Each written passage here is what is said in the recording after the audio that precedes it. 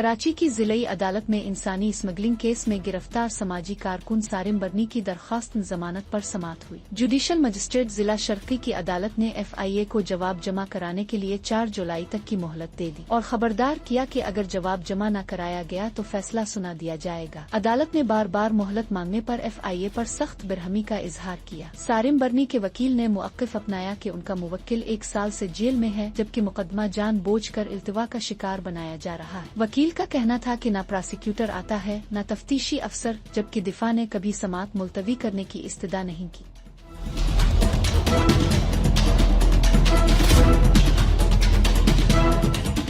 याद रहे कि सारिम बरनी को 5 जून 2024 को अमेरिका से वापसी पर कराची एयरपोर्ट से गिरफ्तार किया गया था। FIA के मुताबिक उन पर इंसानी स्मगलिंग के संगीन इल्जामात हैं और उनकी सरगर्मियों पर काफी अरसे से नजर रखी जा रही थी। अदालत ने केस की मजीद समाअत 4 जुलाई तक मुलतवी कर दी है।